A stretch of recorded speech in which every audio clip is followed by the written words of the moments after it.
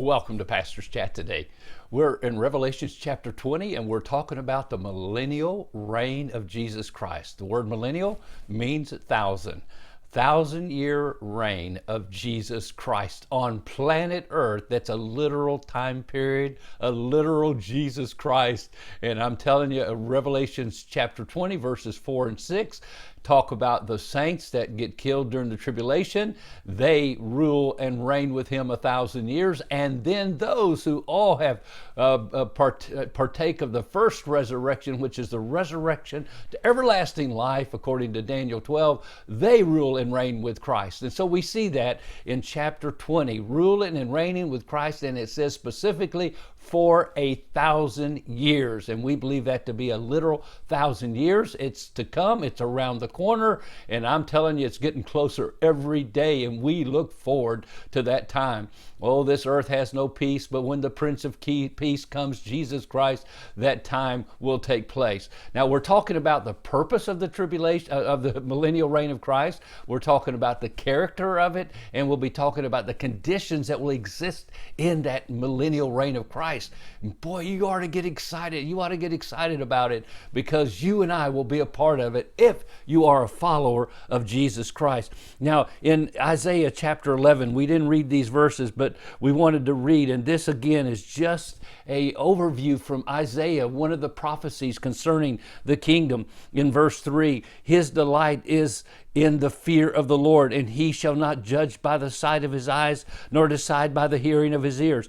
But with righteousness he shall judge the poor, and decide with equity for the meek of the earth. He shall strike the earth with the rod of his mouth, and with the breath of his lips he shall slay the wicked. That's Armageddon. That's the tribulation period. And then verse 5, righteousness shall be the belt of his loins, and his faithfulness the belt of his waist. Talking of the conditions, the character of that kingdom.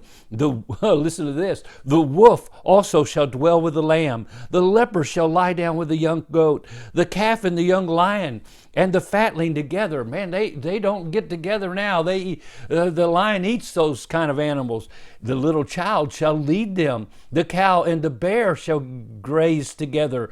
Their young ones shall lie down together, and the lion shall eat straw like the ox. The nursing child shall play by the cobra's hole, and the weaned child shall put his hand in the viper's den, and they shall not hurt or destroy in all my holy mountain, for the earth shall be full of the knowledge of the Lord as the waters cover the sea. Wow.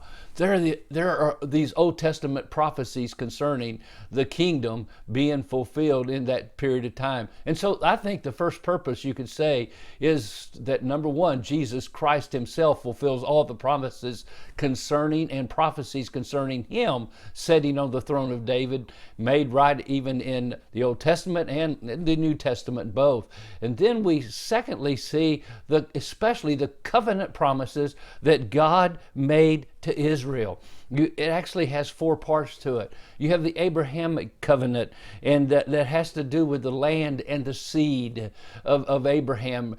Genesis chapter 12, God told Abraham that he was going to bless him. He's going to make him a nation. He's going to make him a great nation. And then he gives promise after promise to him and to Isaac and to Jacob, specifically in Genesis. You read about these promises being also reiterated and repeated throughout the Old Testament. And my friend, that promise to Abraham will be fulfilled. Israel will be a part of the kingdom rule of Jesus Christ because of the promises to Abraham. Then you have the Davidic covenant. The Davidic covenant is there will be the seed of David that will sit on the throne of David, and it will be an everlasting kingdom.